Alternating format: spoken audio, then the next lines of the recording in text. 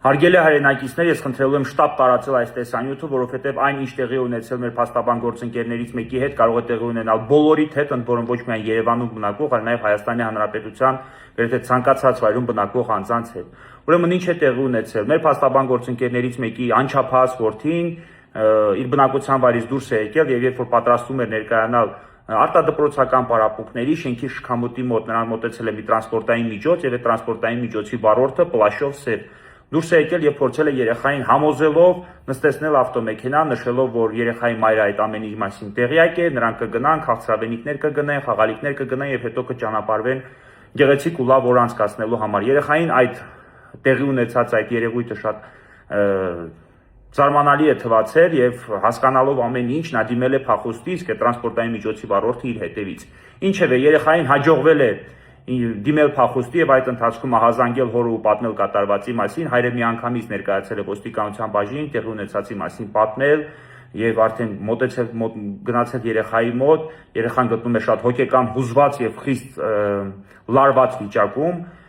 Հիմա այս ամենի մասին տարածելու նպատակը ոչ միայն զգույշ լինելն է, այլ նաեւ ոստիկանության աշխատակիցների աշխատանքը քննադատելը, որովհետեւ մինչեւ հիմա ոստիկանությունը որևէ գործողություն չի ձեռնարկել, արդեն այսօր երկրորդ օրն է եւ ոստիկանությունը մեր փաստաբան գործընկերոջը պարզաբանում է, որ տեղամասային տեսուչը փորձում է այդ հարցով զբաղվել։ Նախ առաջին օրը ոչինչ չեն արել, ոչ աշխատանքային ժամով պայմանավորված, իսկ երկրորդ օրն էլ ընդհանրապես պարզաբանում են, որ տեղամասային տեսուչը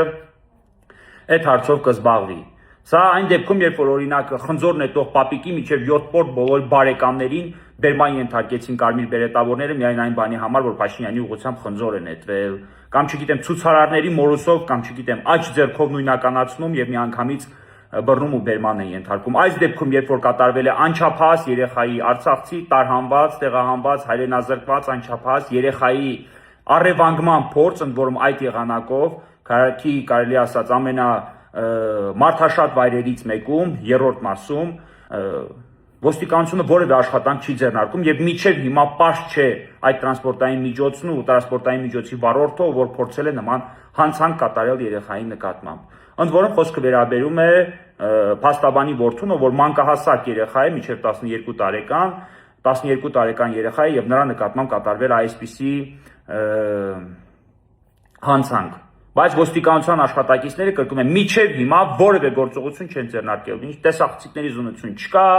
այդ անձի հայտնաբերման ուղղությամբ որևէ ձեռնարկված գործողություն չկա, ընդ որում դեպք տեղի ունեցել դպրոցի մոտակայքում եւ այն կարող է կրկնվել կամ տեղի ունենալ մեկ այլ դպրոցականի կամ մեկ այլ երեխայի նկատմամբ։ Սա շատ մի